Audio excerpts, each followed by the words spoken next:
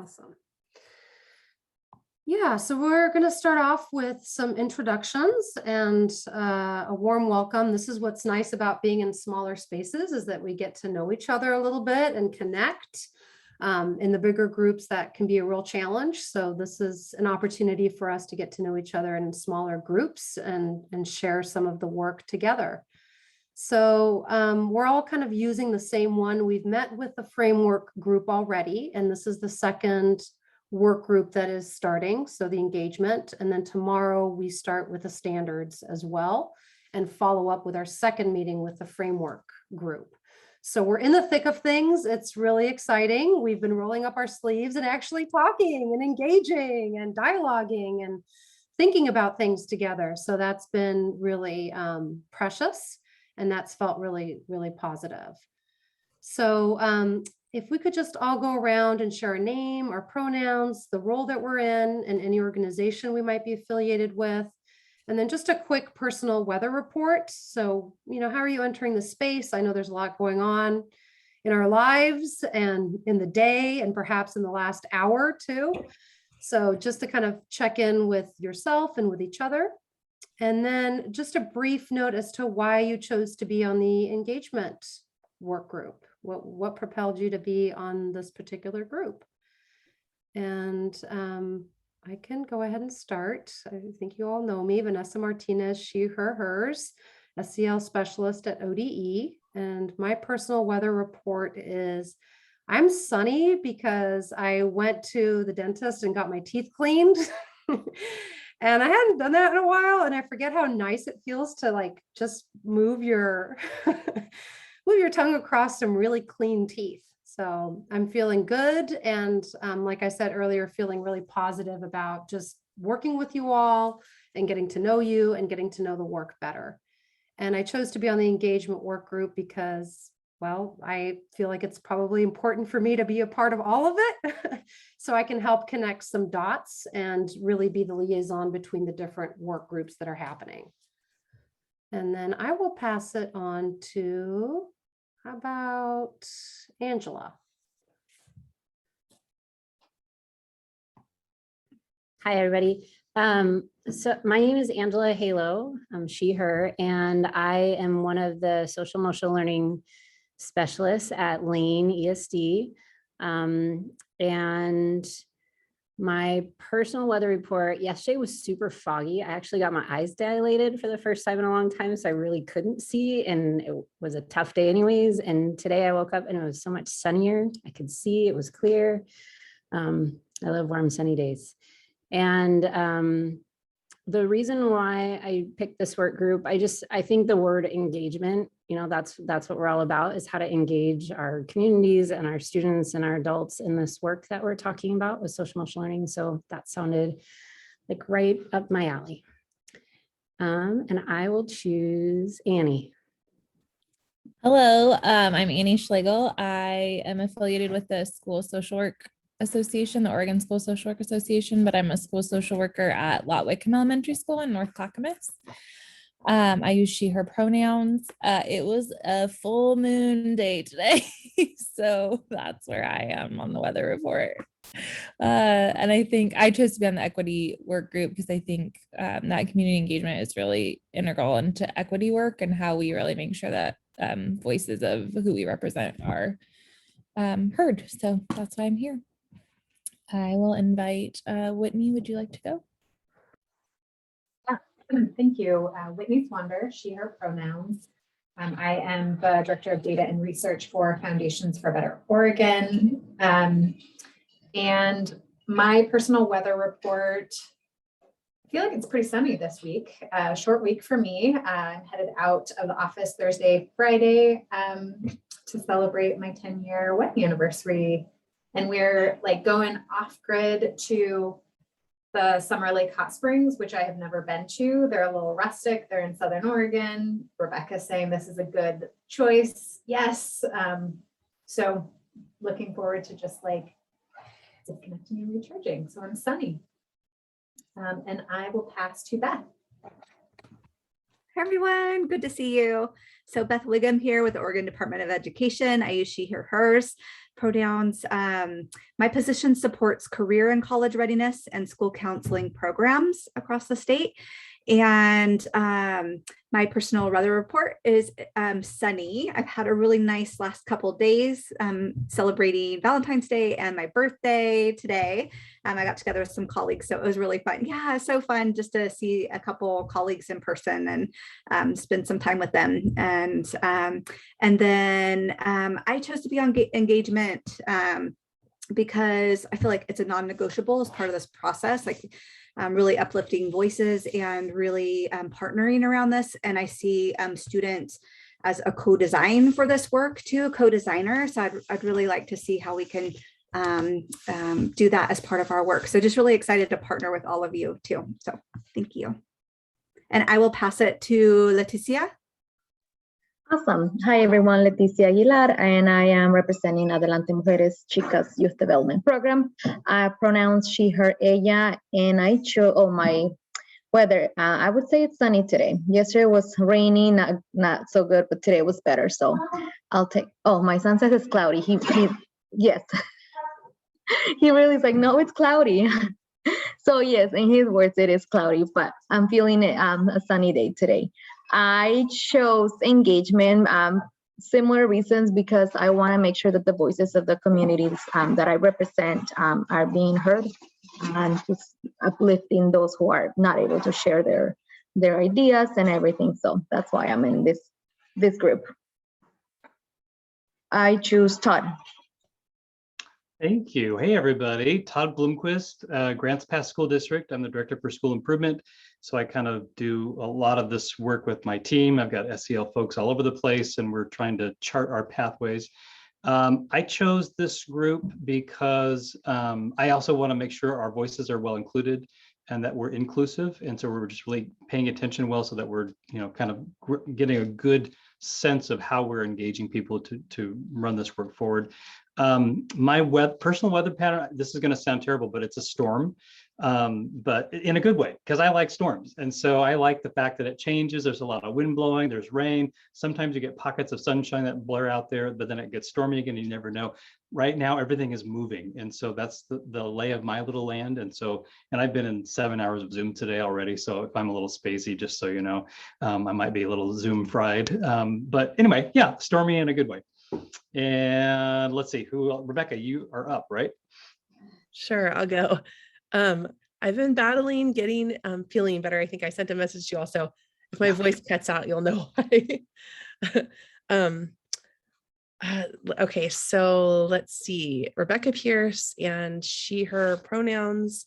Weather outlook, I guess. In Southern Oregon, in our area especially, it's definitely cloudy. We had some snow yesterday, but the sun always peeks through. We always have like a large amount of sun down here, even when it's nasty and snowy out. So that's my personal weather outlook as well. Like probably a little nasty and snowy. My husband was really sick also, and my youngest son.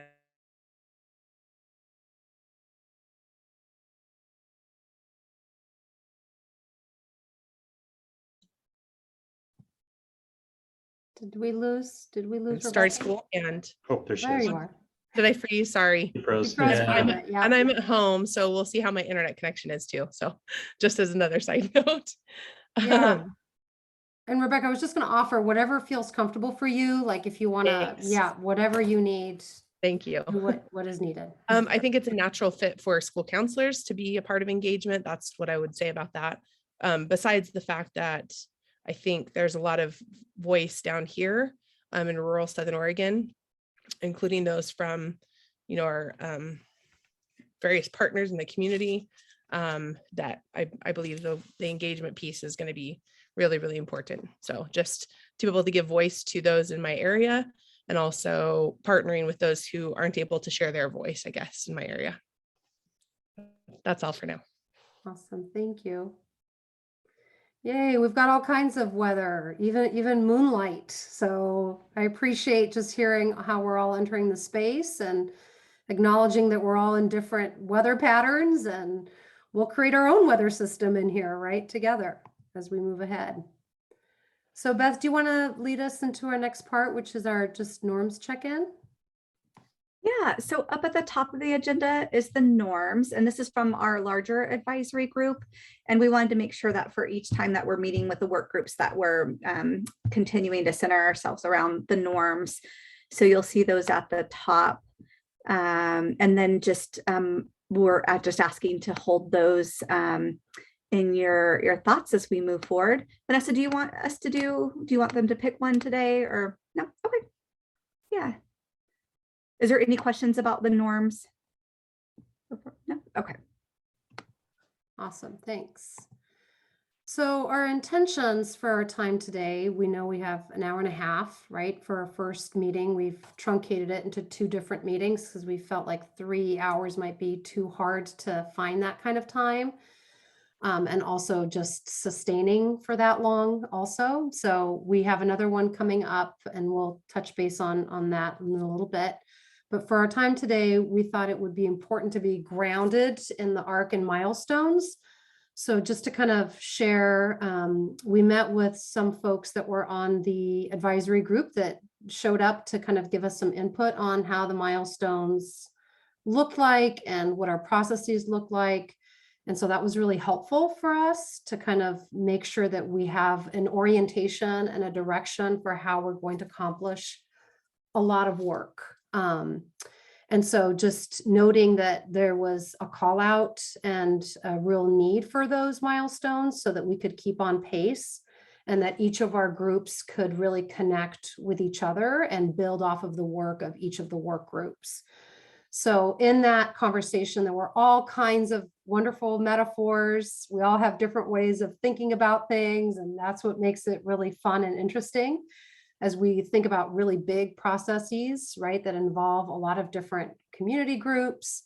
And then just the complexity of being on Zoom too adds a thing to it. So we'll just get grounded in some of those bigger pieces so that we know how engagement will be a part of that work as the whole architecture of the project or the whole choreography of the dance or the ping pong game that we're going to engage in. So all of those things are happening. So we want to spend a little time looking through those and answering any questions that you all have. And then the pressing part for us is to really be thinking about the engagement plan. This group is first on the docket on February 28th to share a plan with the whole group and get some feedback about what we're looking at in terms of engaging for input. So this is not at the feedback level yet, but what input are we wanting to have that then our framework and our standards work groups can use to develop standards and frameworks. So we're asking for those voices to be centered and to have those first. So that's what we're looking at today, is creating that plan. And that's pretty much it, which is pretty big. So any questions about those pieces before we get into it?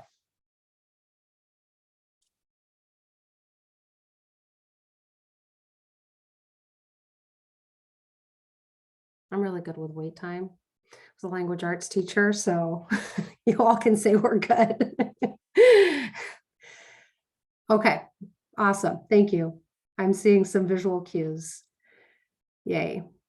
Okay, so the next part is just kind of reviewing and getting organized as to where we are in some of that work. So Beth is going to lead us through just revisiting of our, right, what we're doing here today and what the language is in our HB 2166.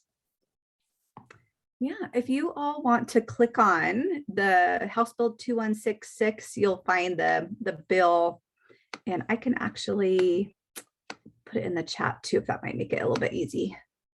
Just quickly. So if you'll just click on there, what we're going to do is just reorient ourselves to the bill. I think it's been a little while since we've had a look at it. I think we spent the first couple times just kind of reviewing pieces of the bill. So you can see at the beginning the whereas statements. And what we were thinking is that we would find some evidence and some clues that would help us possibly identify groups that we will need to do some of the engagement with, because I think there's some that are specifically called out in this bill in section 4. So whereas statements might have a little bit for us to glean from, but I think that we'll find more down in the actual section 4. So I'm just going to scroll down. And then Vanessa, do you want us to go deeper into right now into that? No, I think just Level? take a moment. Maybe we'll take 3 or 4 minutes just to look at the language again. So we're really familiar and thinking specifically about engagement here and how we're seeing that pop up.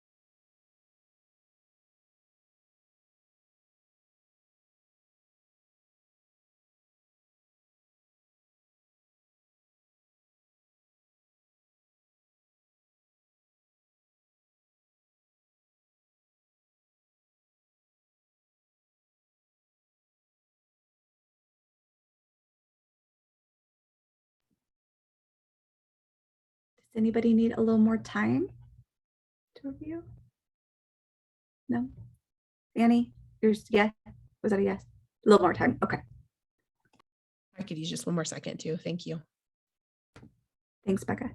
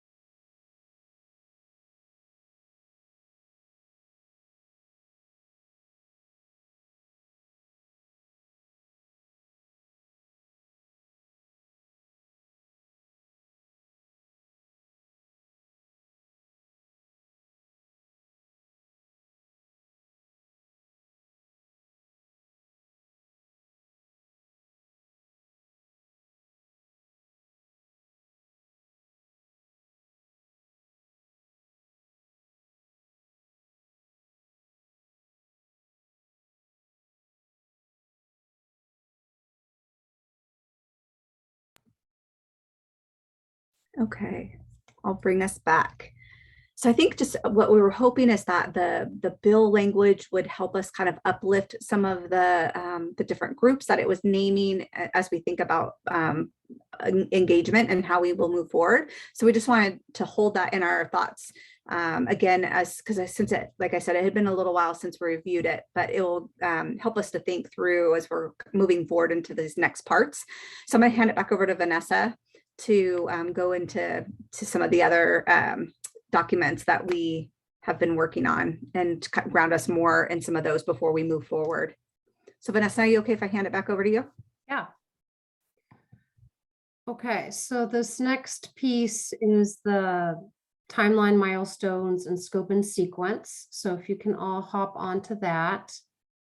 This is now on the engagement grounding page. We're calling them grounding pages just as kind of a place to center all of our work. And so we can see, you know, if you're on the standards group and you want to see what's going on with engagement, you can hop on and you can see who's on the group, who's on the team. And then you can also see what the agendas are. So just to kind of orient ourselves with the document, at the very top is a timeline that kind of captures the whole scope of the project across time. And then it's all color coded. So engagement for us will be green. The framework group is in teal or blue, and then standards will be in that brown. And then down at the bottom are the actual meeting days for the whole group advisory. So that's the ones that where we meet as a whole body, all 28 of us, when we all come together. And those are really the touch points.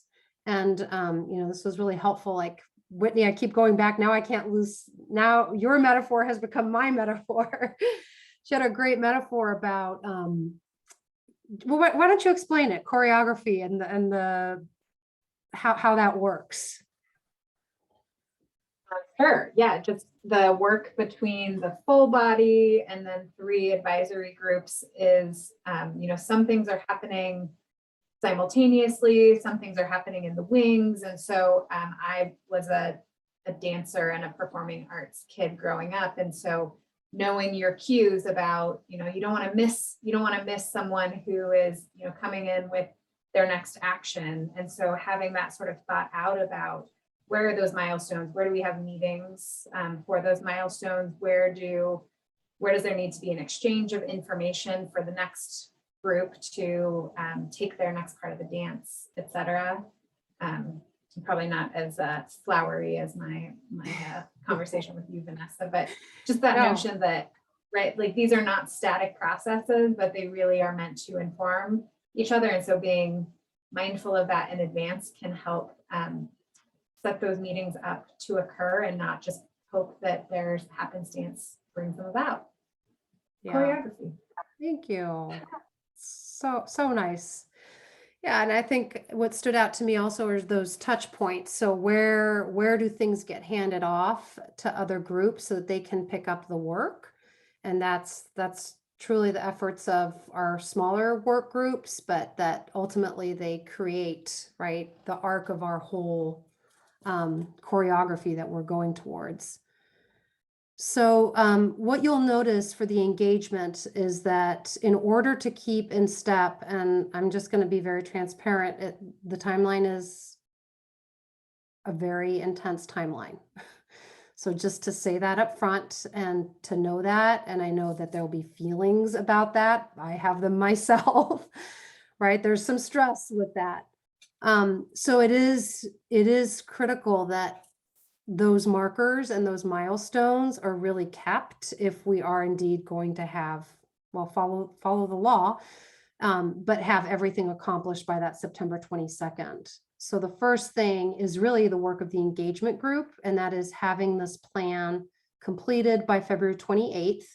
So we'll be sharing that with the whole group, and then we'll get feedback from them, right, that will help shape some further thinking or thought. And then from there, there's really only a month between February 28th and March 28th when that we're going to actually be out there seeking that input.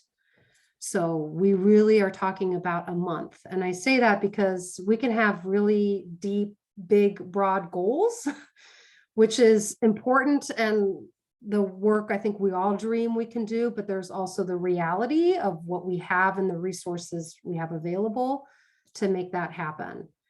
So the hope is that by March 28th, we would come back to the bigger group and then share out what we're hearing from all of our different groups, so that they can then take that information and those perspectives and that wisdom and start moving it into what it means for a framework. So that's going to be their orientation is, okay, how do we take this and now build a framework that responds to what we're hearing and seeing? So we're really probably one of the most important groups right now because we're up front first.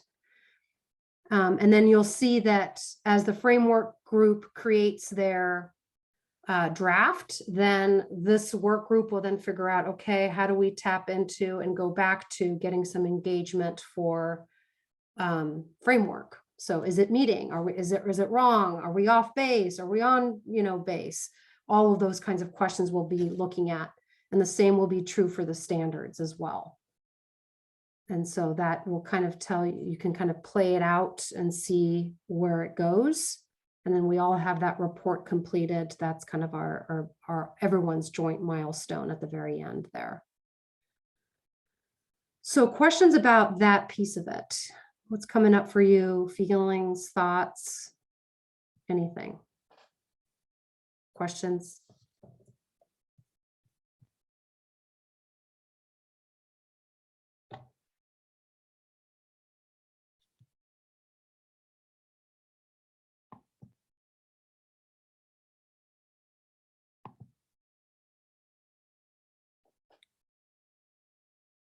Okay, I'll give you some more to think Yeah. about then.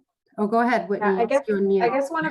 one of the framing questions that I have around the engagement process, just considering the timeline that we have, is really focusing some engagement questions, like what do we exactly want to, what do we want to pursue through engagement, right? Like if we do have data sources available, what are appropriate questions to ask of that data set?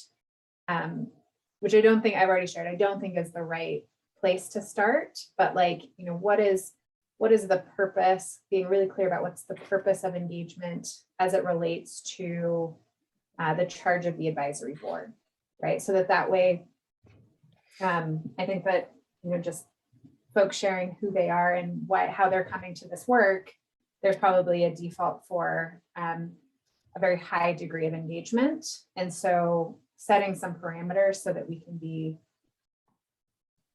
successful and feeling accomplished and feeling like we've pursued the engagement that's sort of right sized for the time we have, for the task ahead of us, et cetera. So that feels really important to me as a first step.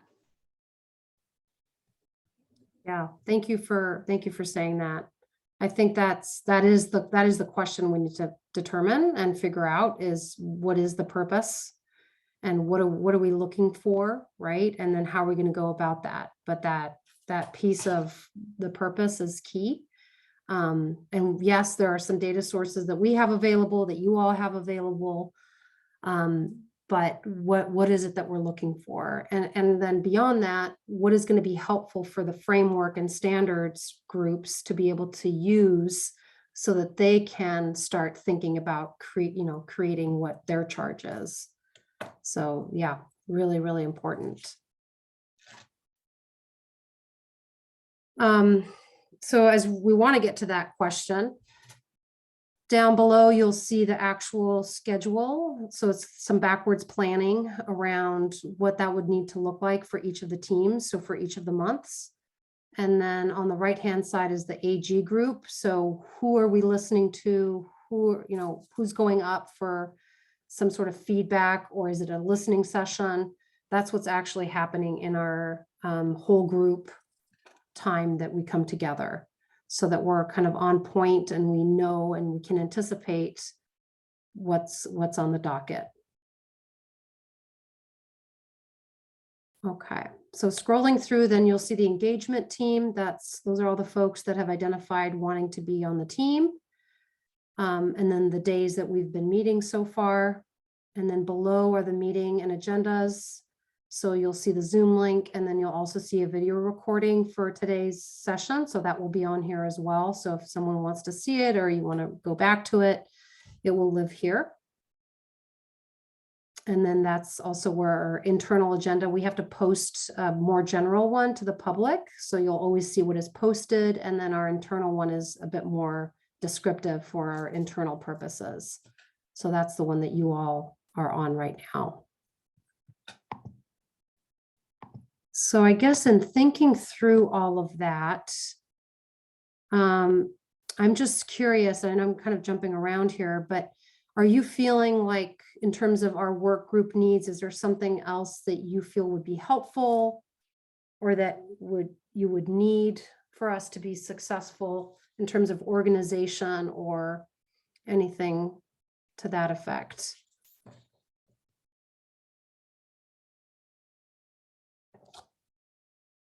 And it doesn't have to be now. It could be like after this meeting, you're like, hey, Vanessa, that didn't work, or I really see a need for this. Please reach out. This is our team effort. And sometimes it's hard when it's, a couple of us working on these things. We have it in our brains, but the impact or the feeling on the other end is not always the same. So just want to acknowledge that.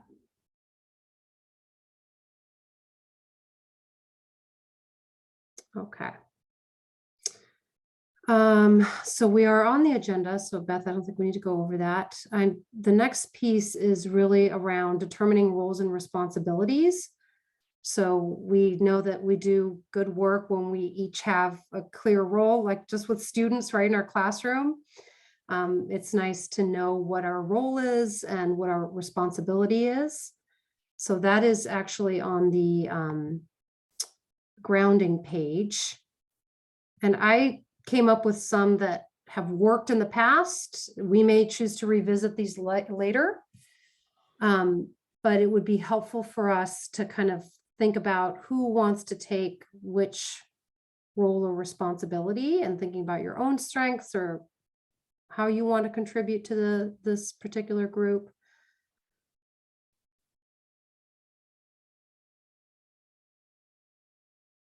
So whoever if there's something that's calling you, we've got the need for a lead. And that's really kind of the person that's going to be leading this group, with kind of Beth and I as well. And we kind of keep the work on track. We connect with everybody on the team. It kind of helps us shape what this meeting space looks like, designing that.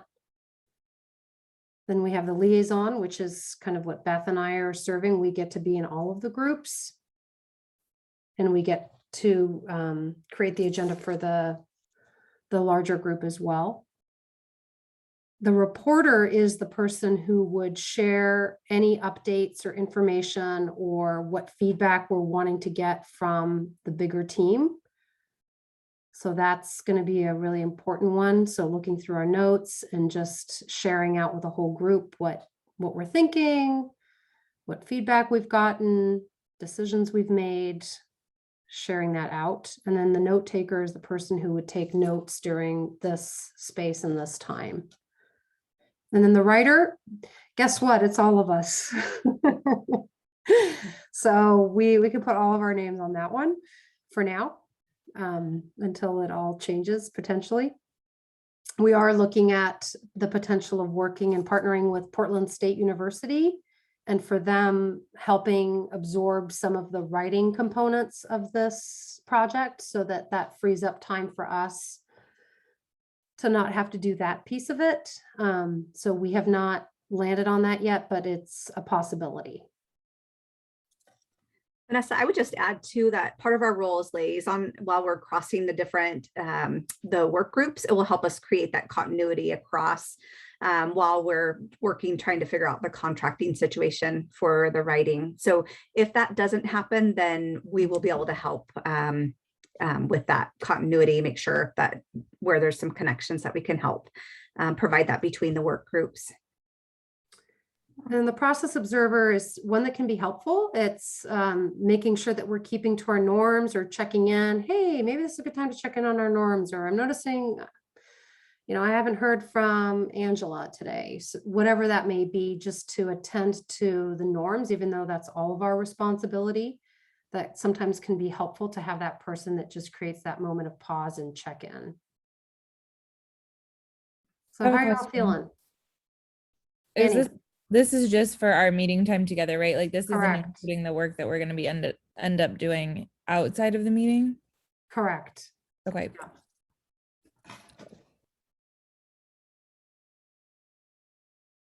I guess I'm just wondering about like if if some of us are able to do more work outside, or if we like have a sense of what that might entail, then we might, I guess I might feel more comfortable like taking on different parts of the roles depending on what the time looks like outside of this too. I don't know if that makes sense. Like if I'm going to do a lot outside of this time in engaging people, I might take on less of a role in this meeting. But if I'm not doing that, then I would take on more of a role in this, if that makes sense. No, that totally makes sense. The way I was picturing it is that potentially because you're right, we're going to be doing some external engagement work. There may be that in March, we don't actually meet that often because we already have our questions. We've identified the groups and where we're going to make that happen. And we're actually engaging in that. So those hours of time would not be part of this time. Like we might just have a quick check-in, but it wouldn't be like 2 1.5 hour meetings. So I would say and the other thought is we could rotate through these. We could decide for this meeting today, this is how it's going to be. And we can identify different folks for each meeting every time. It's up to you all. Also, I believe there are a couple people that weren't able to make it to today's meeting, right? Correct. So I'm wondering also just sharing that with them if they might be interested in taking on any of those roles. Yeah, that's a good point.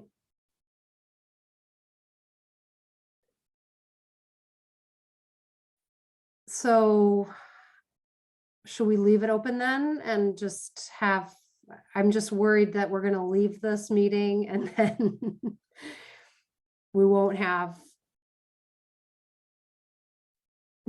those kind of delineated for our next time. I mean, we will follow up with a follow-up email with anybody that's on the team that wasn't able to make it today. And we could say, please look over the roles, choose one that feels right. Thanks, Angela. Thanks, Todd. And then for anything that is open, folks can choose to dive in and we'll go from there. I was just going to add, just since I have to leave early, if anybody wants to partner with me today or, be a double note taker. There's someone behind you, Angela. You turn off the lights, so it looks really creepy too. So. Pretty creepy. Awesome. Yay, thank you, Annie. Thanks, Angela. Right.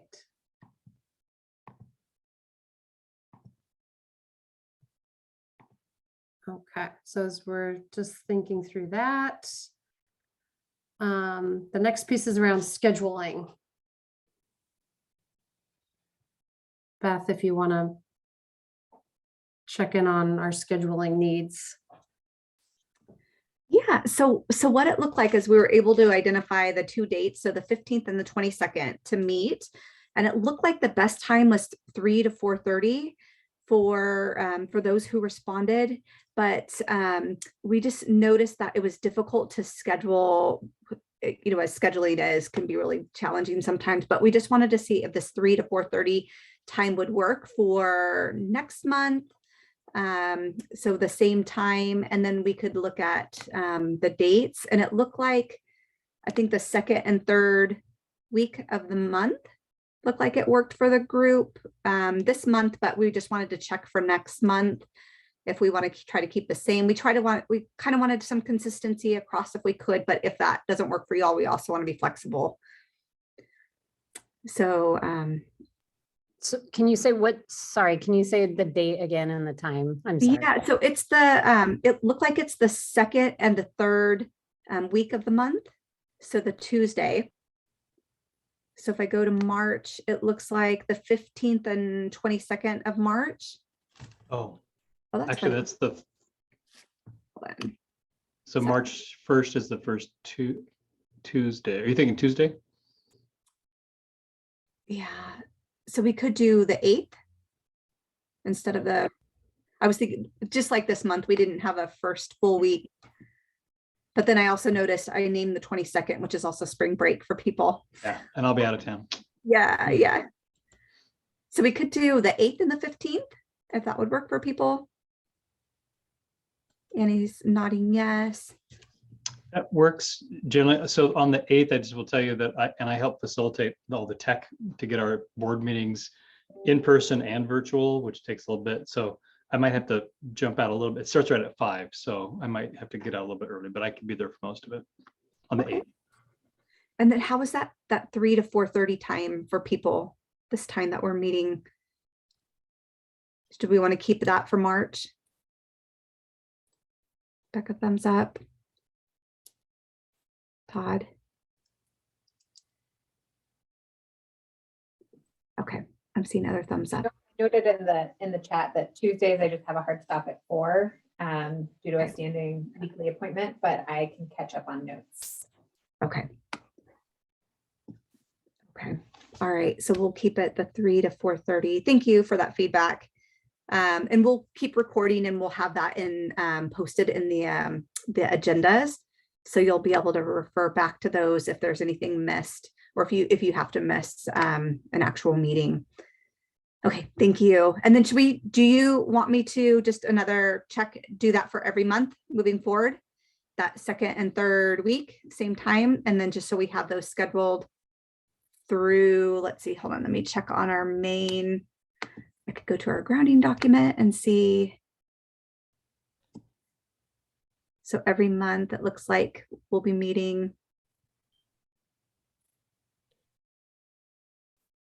Can I clarify a question about the first and third versus second and third weeks? Did we say initially we were talking about the first and third week of the month? Was there a reason we could not do that? I just wanted to, not sure what I missed there. It's up to you all. Okay. Wasn't anything super obvious. The first and third would be preferable for me this month. March is fine to do it that way, but I would kind of prefer to spread it out a little bit unless other people have objections, but that would be helpful. So for March, that would be the 1st and 15th. Yeah, and if we needed to do it the 8th and the 15th out for just the March, I guess that would be fine. I don't want to, of course, I'm only speaking for myself here, obviously, but it'd be helpful to have it a little more spread out than back to back like that. The Mark? first and third are better for my schedule. So Me as well. Okay. Yeah, I don't care. So Letty, Whitney and Letty, does that sound good to you? Yeah, the only problem, like I can make it to the first week, but obviously I'm out of town on the 3rd, but I can again catch up on everything. Whitney, is that okay with you? Does that work for you? Perfect. Okay, great. Thank you. Thank you for feedback. One more question. The February the 28th, that Monday, we are presenting something there. Am I remembering that correctly? Yeah, so we're hoping to have an engagement plan that would be presented to the larger group and to get their input on that. That might be helpful for us. I mean, though it's a lot to meet maybe like the next day. In some ways, there might be benefit, I suppose, to that. Just it's a quick follow-up after that presentation, maybe. Yeah, and Becca, I also want to speak to the time frame of the advisory group when we all meet together. I don't foresee that we'll need that full space with a whole advisory, because after we've gotten some input from the whole team, then there'll be opportunities to move into breakout rooms for each of our groups.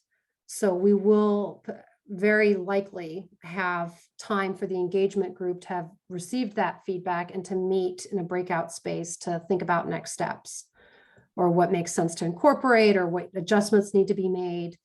So just know that that's kind of in the thinking that bigger group, there will always be that time to then kind of do some of the work.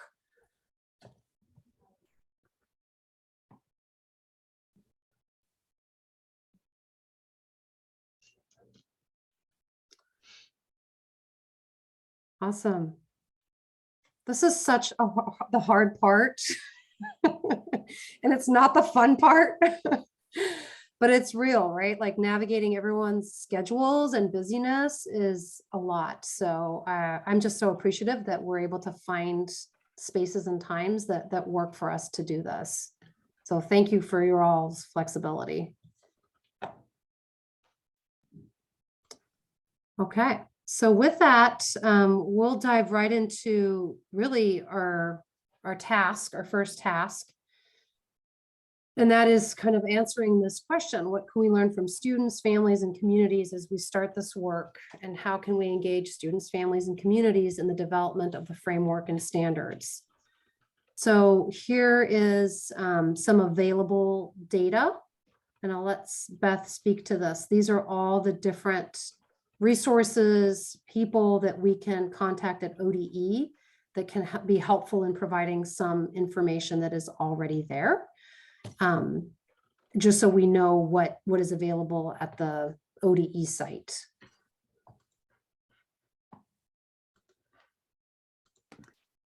Yeah, so there was some people that have been attending. So Grace Bullock, Luce, we heard from Mona. So some of our consultants that have been at our previous meetings have mentioned different data points.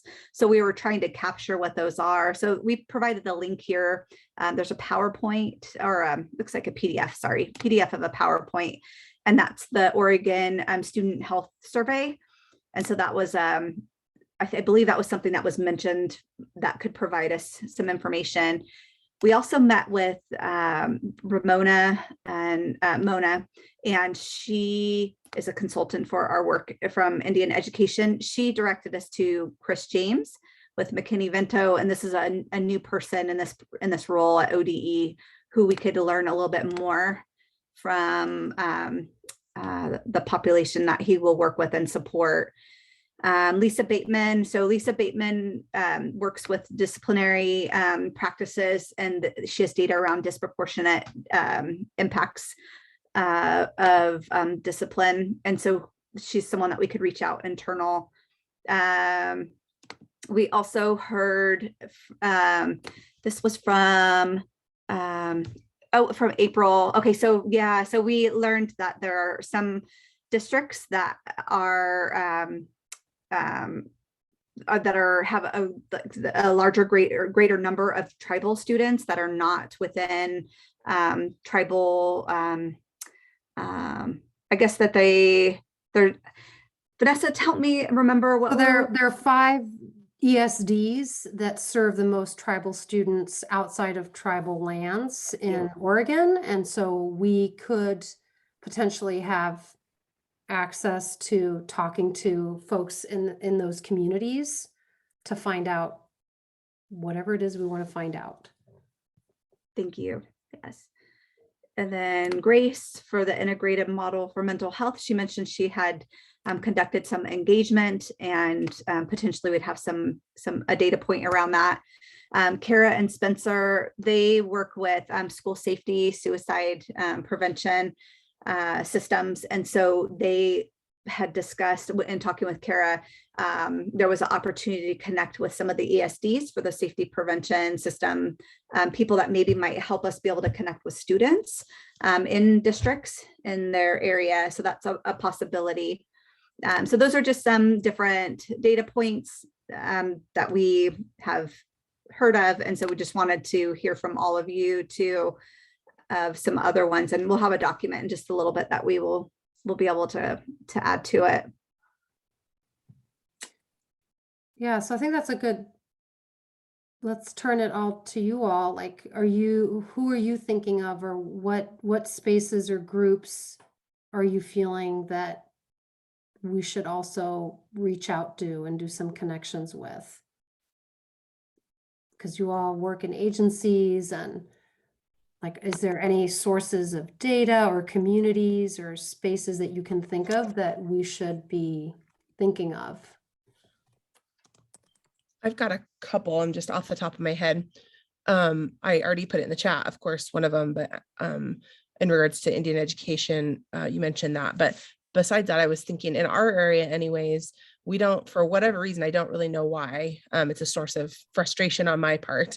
But we have a really, really high number of Latino and migrant ed students in our entire area, but in my school specifically. And we have like zero resource. I don't know why. I truly don't know why, or we lost the resource or something. So we've begun to realize like our ESD is our best resource for migrant ed and Latino education. And so that's one thing I would say. And then I was also thinking about, excuse me, obviously, you know, our schools are probably the top resource for just access to students, but I was even thinking more specifically, we have some really robust student mentoring programs in our area. I just wonder, I'm assuming probably in other areas, there are similar things, you know, boys and girls clubs, folks like that. We have within our local mentoring program, which is through something called Citizens for Safe Schools. They also have a really robust LGBTQ mentoring specific program called Pride Circles. And I feel like that, like, it's sort of an all-in-one. I mean, they're working with kids as a whole, and then this more specific population there. So those are just a couple of things just right off the top of my head that might be useful. Those are great, Becca. I was going to add the the youth truth surveys or the student wellness surveys. There's a lot of data that we mine every year to see how our kids are doing, because they just kind of tell us. One other structure, and I can't remember how this works at all the ESDs, but the navigator group. So we have the African-American Black navigator groups, and then I think they're developing the Latino, Latinx, and the LGBTQ navigator groups through the ESDs, and that might be also an opportunity because they often are in the schools and more attached to the communities. Yep.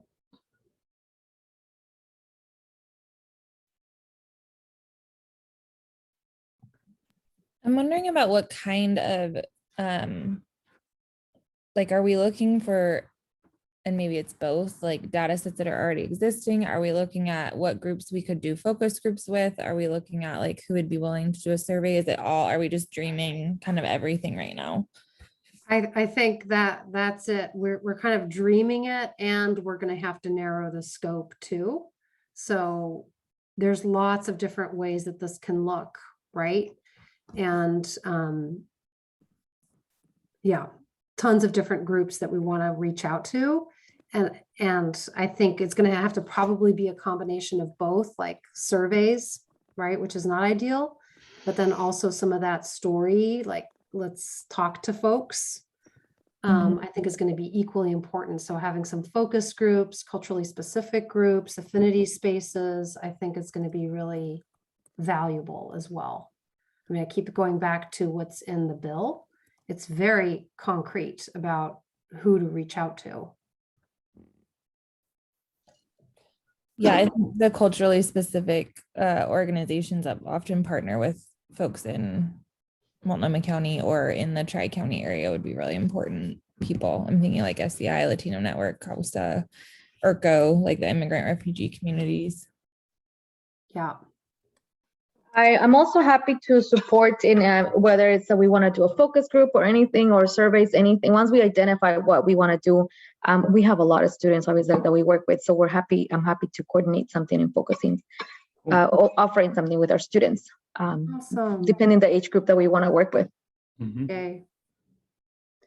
Yeah, and Also thanks I was just gonna say, thanks, Letty, for naming the age groups too. I think that's really key as well. So as we think about the culturally specific groups, also age categories, making sure we're talking to high school, middle, and elementary is important also. Todd, sorry. No, that's great. I was going to add in the homeless liaisons and coordination organizations. So sometimes it's through an ESD. We partner with the Maslow Project here in Southern Oregon, which is all of Josephine and Jackson County. Yeah, and I think that's the McKinney-Vento person for us, an ODE that is new in that role. Mm-hmm. And I feel like that's really critical. So we need to talk to the kids that are out of our system and the system has not worked for. So who are those students and how do we get those voices? The other one I was thinking of, I don't know if it's data that we want to collect, but the community health assessments, the CHAWs that were done a couple of years ago. I know in Southern Oregon, we did a big one down here. And there's a ton of reports that have come out of that where they pulled here's what the data are telling us about how well our community is. Because, I'm thinking, because we've been involved in something called the Self-Healing Communities Initiative for a while, and some of that work has to do with overall quality of life for people, like their health conditions and their mental health and wellness. So I don't know if the CHAWS would be, I know the CCOs have been really diving into those to look at how they can wrap around families. Yeah, thanks for that, Todd. Wraparound coordinators are always great resources.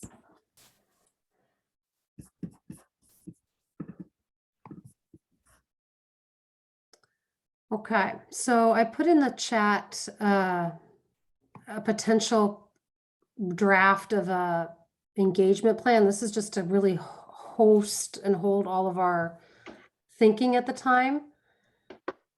So here are just some kind of guiding questions. I think, we do have access to some data already. And I think like Whitney's question about, well, what is our purpose is key right now. So what are we seeking? What do we want to know? And then I think the who is almost easier because I think that's our strength is we have all of these groups that we're connected with and communities that we can be in touch with. But I think the big kind of ideas that we should be wrapping our minds around and thinking about right now is what is the purpose of our outreach? And then how are we going to go about that? So I'll just share, we're reading street data. I don't know if any of you are familiar with this text, but I pulled some ideas from here that were helpful in thinking about how to ask questions, how to create those environments where there's trust and relationship building. So all the things that go into, healing also, like actually having partnership and two-way conversation is really important. So there's just all kinds of different approaches, that we may decide to land on. And I think, like Annie was saying, it's going to have to be a bit of a combination. So casting wide with a survey, but then also, do we have focus groups? Are we going to do empathy interviews? Are we going to have listening campaigns? What kinds of questions do we want to think about and ask? So you'll see some sample input questions on here too. There were just some that I literally just took from this book that I thought would be helpful. But I think first, what are you all thinking about what would be helpful for the standards and framework group? What is the purpose? Why are we going out to our communities?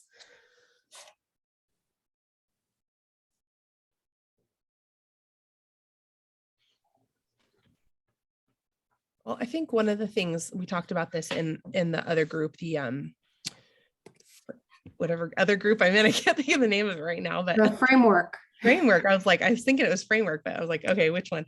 Sorry. The one thing that came up was, I think one of our big purposes is just, there's a fundamental misunderstanding or lack of understanding of what social emotional learning really even is. So first of all, there's a misunderstanding, a lack of understanding. There's even also a fear, I think, for some folks because of misunderstanding. So in order to create partnerships and buy-in,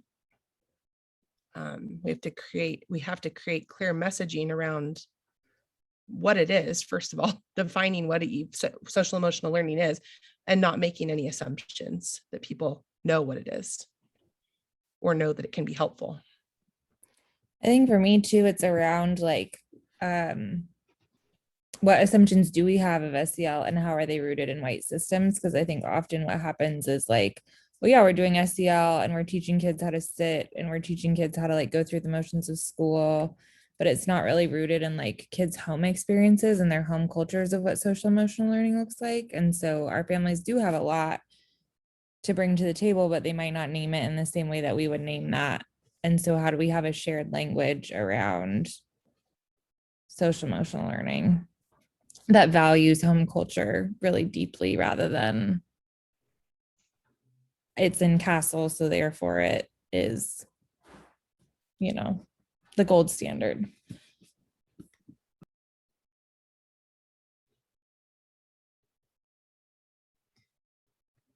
Yeah, thanks for saying that, Annie. I just want to jump on that too, because I think there is, like Rebecca said, tremendous opportunity. There's also the potential of a lot of harm and further harming.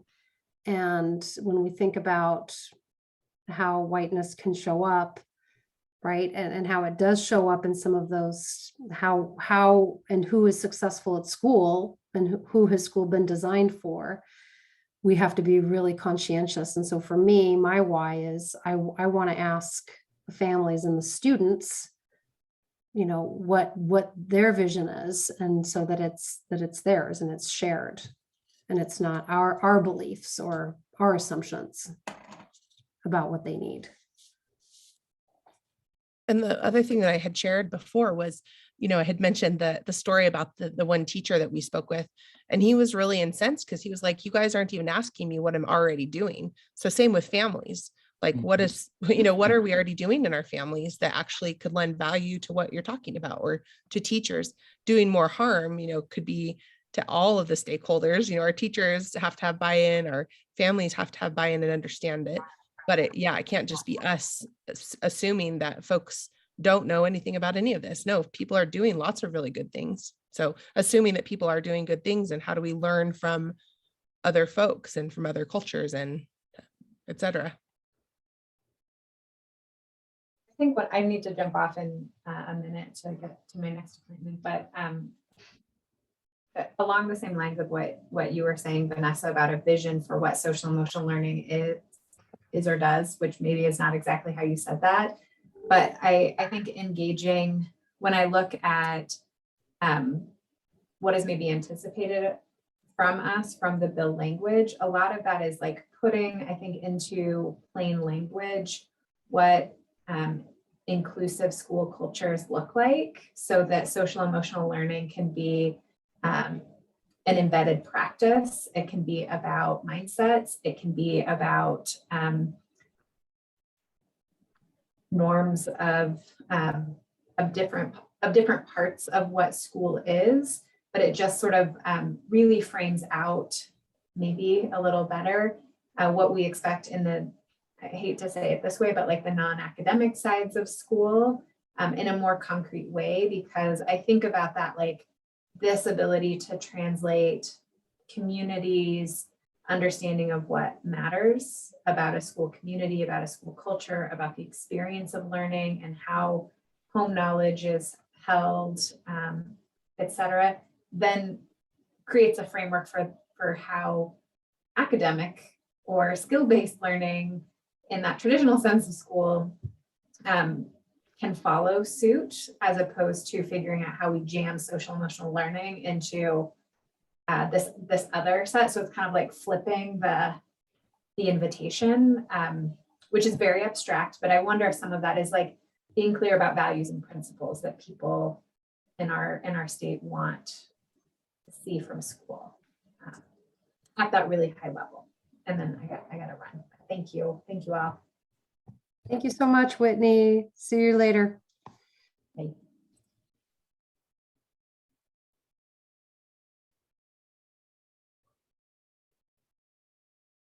I definitely didn't capture all of that in the notes. That was Annie, sorry. I was going to say, you are good. Pretty darn awesome. I was I'm going to impressed. add one little bit there is, and as I work with kids, is looking at the connection between why do I have to do this thing and how it relates to life. And so I sit in a number of other committees that have to do with workforce, and they're constantly talking about the soft skills that people just don't get. And there are things like, you know, self-regulation, right? I always joke, because they used to ask me, Todd, can you just graduate kids that can do math and can write and can speak well, and we'll do the rest. And now they're just saying, can you get people who will come to work, who will stay at work, who will not be high at work? Like, that's it. That's the requirement now. I'm like, whoa, this is really different. And so I don't know if there's a way to help us all know that these are life skills, right? And these are really important for success in life. This is the relationship. Anyway, it's like the real talk with kids. Like, this is where it shows up. This is why you do that. And I think something you said, Todd, about how they're integrated, I guess too. It's like they're not separate from the other skills. It was actually what Yep. They're integrated. I like integrated. That's cool. and then I think too, something we talk about with our kids is like, how do you want your community to be with little ones? Like, what's the envisioning that you want your community to have? And then what's your role in that? And like, how can we also value each student's identity in those pieces?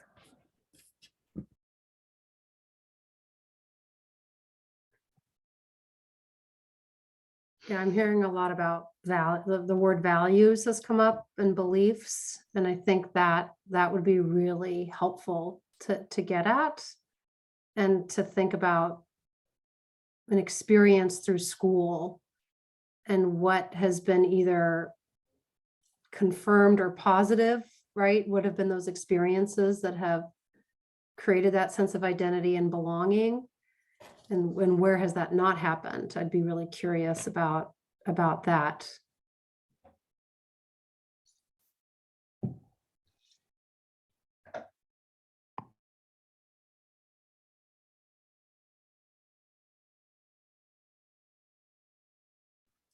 Yeah, I really like the idea of having like a couple of those guiding questions for you, either empathy interviews or focus groups or even surveys that is exactly what you just said. I think that would be really, because I think kids and students could point to those things and then that could guide us and like, okay, all of these experiences have something about, I don't know, I think we could then pair that with Castle or be able to suss out like, oh, this is how they're teaching those pieces. Annie, so I was just playing around and so if you click on the external sample input questions, these are some that I got from the book. And there was one particular format for asking focal groups of students that I found was really interesting. And it was kind of formatted that way. So I played with it and added Castle, but moved it with transformative SEL, what we now know is transformative SEL, but connected to the competencies. Mm-hmm. And so if you scroll down to the very bottom, I just thought it was a really interesting way to do it, that we could figure out a way to like identity, self-awareness. I feel like my culture, identity, and ways of being, learning, and knowing are valued, right? And then what is a rose? What is an experience you've had with this? And what would help or support to have more of this in your school, in your classroom, in your district? And then thorns on the other end, like what are the experiences you've had where that has not been the case? And what has gotten in the way or what is hard about that? Like, I thought that was an interesting way to go about potentially hearing from all our different groups about their experiences, and then linking it to the themes of transformative SEL. So they are equity driven from the start, because that is what I would hope, that's what the whereas statements say. All of our work is about equity, right? So what if we centered it with those pieces and then ask them for where they see evidence of that, or where they would want to dream it up. Vanessa, I would add to that matches what Todd was talking about, the essential employability skills and what employers are looking for. So those things listed in the middle are the exact same things. Oh, really? Mm-hmm. Yep, they are. And where does trauma-informed practices show up in this? Do you think it's in our phrasing or word choices? Because that's part of the language. We can attend to that, but it can be baked in. I mean, that's fine. There are trauma-informed standards that are out there too. I don't want to layer another set of standards on top of the other standards, but maybe part of the practices and how we engage kids and families in SEL skill sets. I mean, I don't know, I'm just throwing things out there, but. I mean, Yeah. go ahead. Oh, that's a good question, because I feel like it's a lot about practices for, like, when I think about implementation of informed practices at a school-based site, it's a lot about what the teachers do. It's like in the doing and the environment that's set up. Yep. So I wonder if we could have a couple of questions around, like, I don't know, where does the classroom environment, like something about the classroom environment, like the actual physical space of the building, something about like the classroom ecology, like what does the classroom feel like? And then around like routines and predictability for kids and response to behavior. Like I wonder if those kind of I like that, Annie. That's really nice. Well put. Yeah, I put them down at the bottom as well. Annie, do the belonging, social awareness, does that kind of part of hit what you were just talking about too, like physical space, environment, classroom?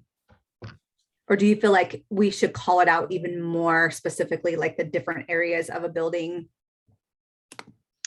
Well, I mean, I think you can leave it somewhat open-ended, but I think the prompt is, in what ways are you supporting children who need to self-regulate? And so, for example, a building might say, well, in elementary, we have calming corners in all of our classrooms. We have a space where they practice zones of regulation. I mean, they could fill in how they wanted to apply it, but the framework that would, in what ways are you supporting kids in terms of their own ability to self-regulate? That's what I think about when I think about it that way. So I don't know if, again, I'm not sure how, again, it's in the language of the House bill, but, and maybe we can attend to it by saying these things, but what does that specifically look like? I like people to be innovative and flexible, and also to say, what are you already doing? Right. So to honor the work that's already going on. I wonder if there needs to be some sort of I don't know, I'm like just kind of trying to think here, focus group or understanding of what kinds of trauma and, how much do you already understand about being trauma informed? Like I'm just thinking about classroom teachers specifically right now, and probably parents too even, but I almost feel like this is the adult, this is the adult stuff, the trauma informed stuff is like, how do we as adults, I think Annie, you said this, like how are we responding, or maybe it was Todd, how are we responding to behavior? What's our response to behavior? What do you already understand about this? And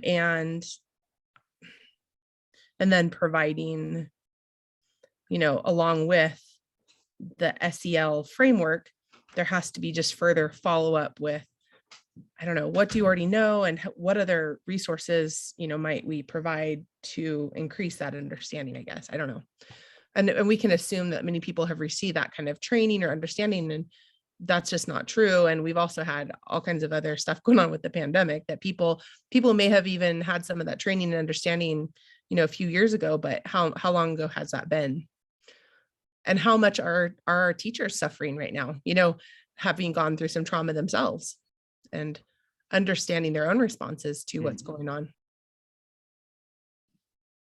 I wonder if it's because I would say a lot of my family's or my school is 100% free and reduced lunch. We have lots of kids who've had lots of trauma, and I would say a lot of the adults, like if we're thinking about the different populations of who we're going to be asking questions to, like a lot of our families would be able to tell you, here's when the school was trauma informed and here's when they weren't, like here's when they activated my shit, right? Like they could tell us that pretty easily.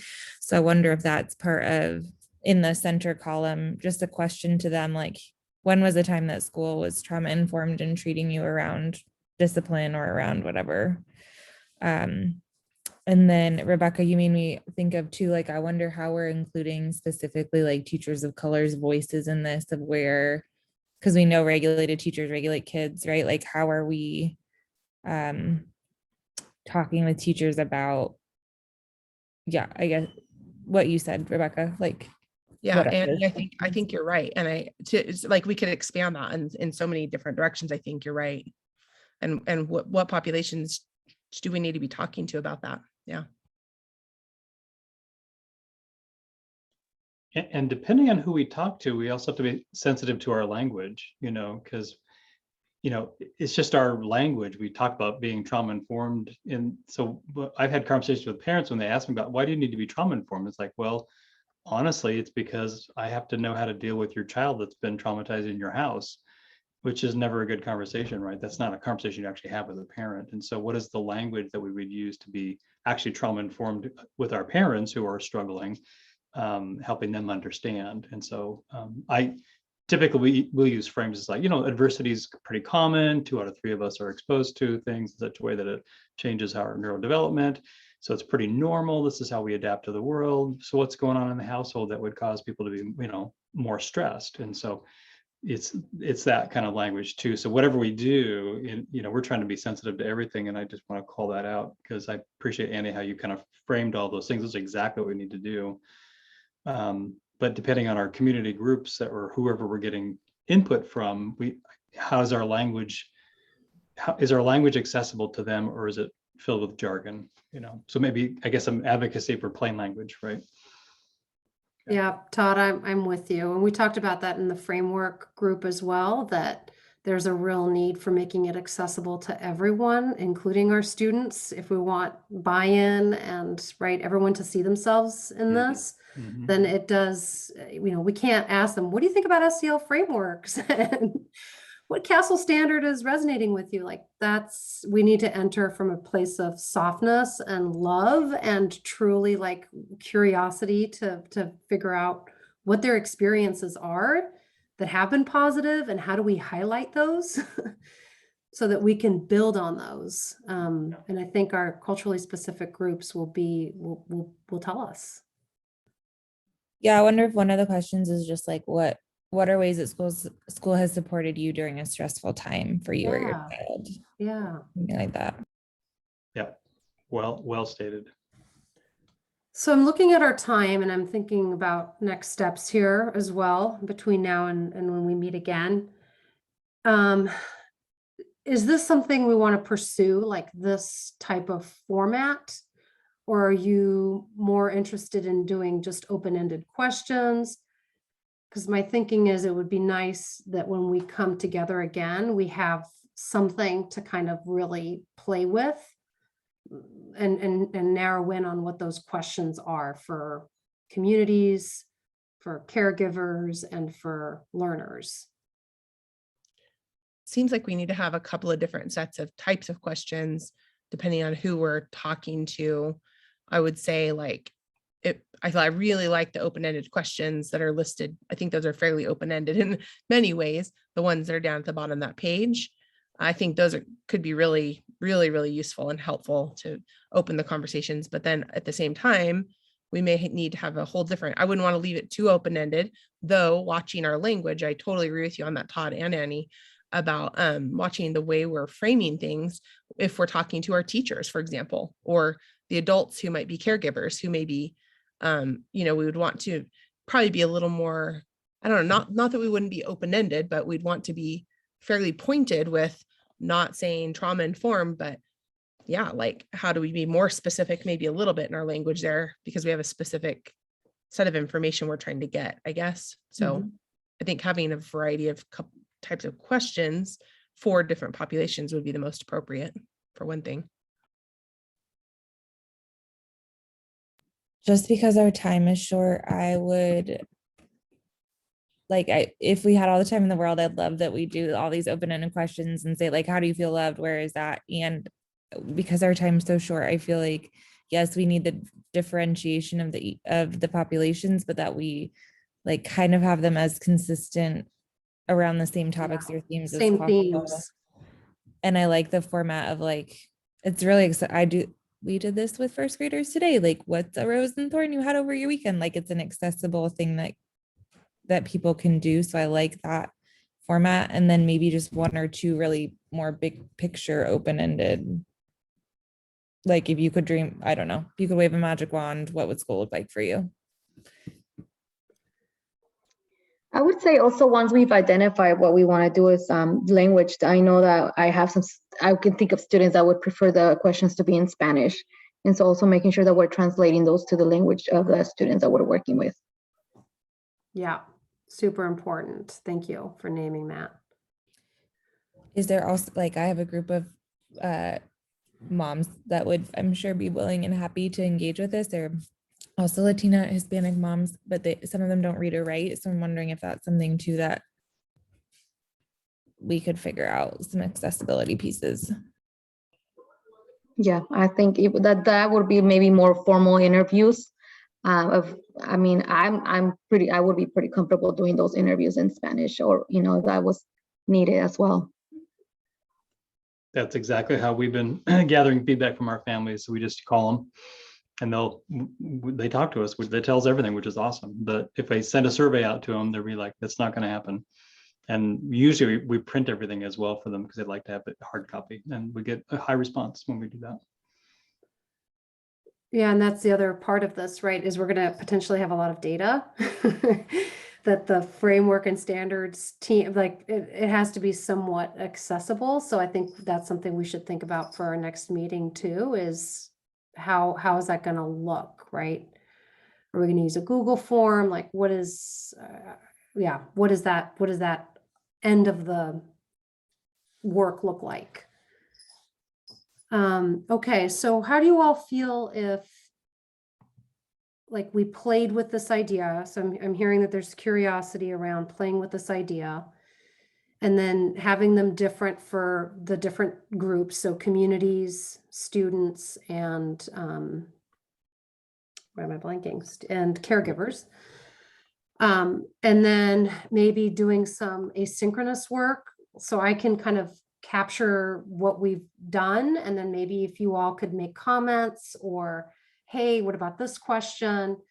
That would help us move by the time we meet again. I believe is it in next week already? Yeah, it's got to be next week. How's that landing with you all?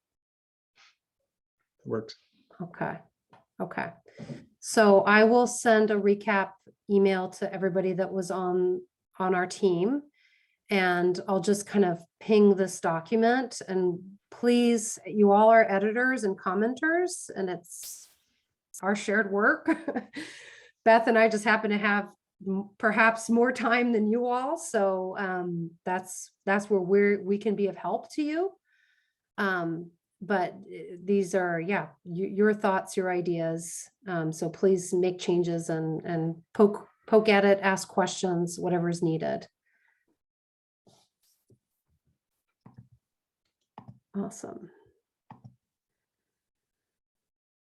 Okay, so we've determined our action steps. Is there anything that you think would be important to include in our next agenda, like when we meet again? Other than doing Get busy, get her done. Like we have a short runway here. Okay. Going back to Whitney's point, I think, I know we've talked about a lot of good stuff too, but I'm not sure that we've really come to a clear purpose. Though we know what our purpose is, I think we need to come to a really clear shared, so I'm not sure if we've actually really explicitly stated that. So that might be just something we need to explicitly come back around to and state. Yeah, I think that's a good point. Yeah, let's add that to the agenda, just revisiting our purpose and maybe making it like kind of our purpose, and just creating that together, wordsmithing that a little bit so that we're clear. And that's really important, because then when we go into our communities, we know what our purpose is and we can share that and be very transparent about that. So that's super important. Okay. And then I was just curious, do you think it would be helpful to review some of that data that is up on the agenda at the very top? There was some specific to SEL. And that's the, oh gosh, where is it? State of Oregon report by the Oregon Health Survey. So there's some pages there that are specific to SEL. These are all students that have been asked these questions.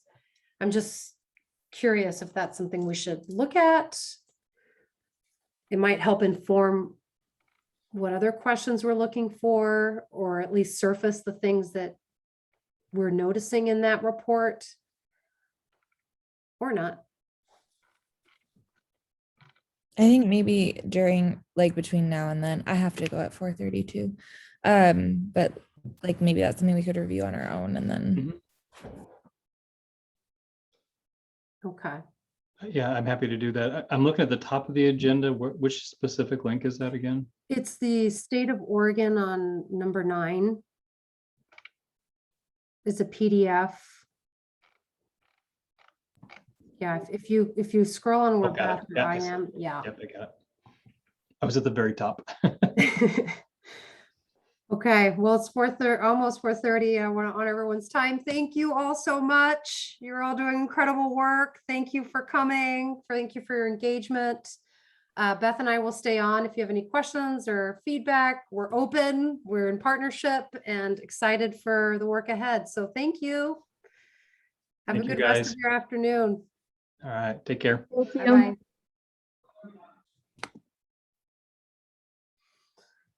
Oh, it's like speed dating. Do you want to stop recording? Yes. That was great.